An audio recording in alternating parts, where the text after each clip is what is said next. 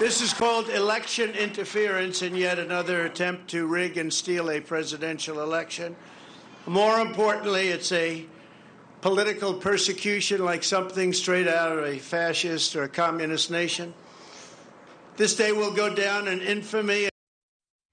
That was obviously former President Trump Tuesday night, hours after his arraignment in Miami. And we're now joined by one of his opponents for the 2024 Republican nomination, Asa Hutchinson, who also served as governor of Arkansas from 2015 to 2023. Good morning, Governor. Thanks for being with us. Good morning to you, and it's good to be with you today. Yeah, really appreciate your time. I am certain that you and your camp have been following this closely and watched Trump's remarks last night. How do you respond to the soundbite that we just played when President Trump says that this is like something out of a fascist or communist country? What say you? Well, I've been in the courtroom many times representing defendants before a jury as well as prosecuting cases. I was a former federal prosecutor.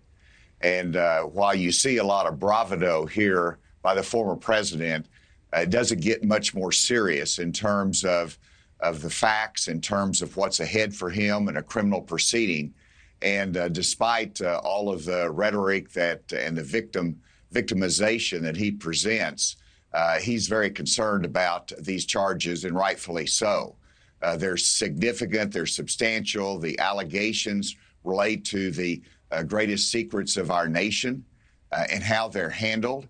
And it goes to reckless conduct of somebody who wants to be commander-in-chief again.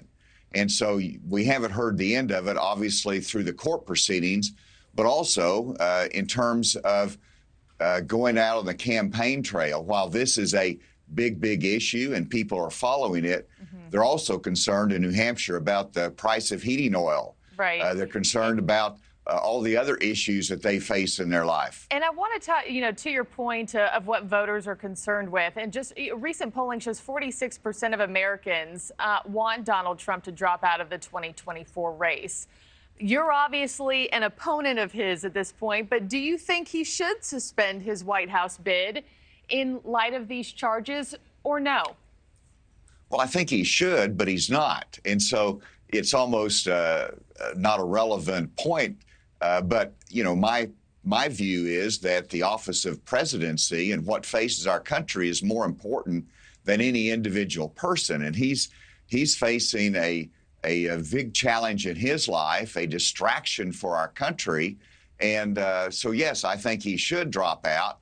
But it's ultimately going to be a decision that the voters are going to make. It's going to go to the voters in Iowa and New Hampshire, and they're going to have to weigh this. And while he's got a bump in the polls now, I think as time goes on, people are going to realize who's going to be able to address the challenges in their life. He wants to get into the presidency and enact revenge.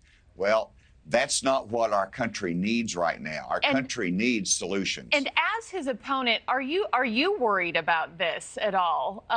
Do you think that this stirs up sympathy for him in any way? And how do independent voters end up reacting to all this news? Are you worried? Well, that's the critical point. And certainly there is sympathy in the sense that the American public and Republican voters particularly see a difference of how the Department of Justice has handled Hillary Clinton and Donald Trump. Obviously, there's distinctions, but they see a Justice Department that did not act the same way for both people. But then you also have, as you pointed out, the independent voters. And that's really the question. The swing voters, this doesn't sell well with them. And it makes it almost impossible for Donald Trump to win in a general election with these serious allegations as to how he handled this classified information. And, sir, one more question while I have you. Another candidate in this race, Vivek Ramaswamy, has pledged to pardon Trump if he's elected and is challenging all the other candidates in the Republican primary to do the same. Would you sign that pledge or any other promising to pardon the former president in this case? Of course I wouldn't, and that is almost juvenile behavior for somebody running for president, that you would put out a pardon promise. That's just not what the office of presidency is about. And so I honor the criminal justice system. Let's not undermine it. and you don't start promising pardons during the middle of a presidential campaign. That's critically important. So I hope that everyone takes this seriously and that the other candidates obviously will not take that pledge. Not follow suit. Yeah. Well, we heard it from you here first. Asa Hutchinson, thank you so much, sir. Appreciate your time.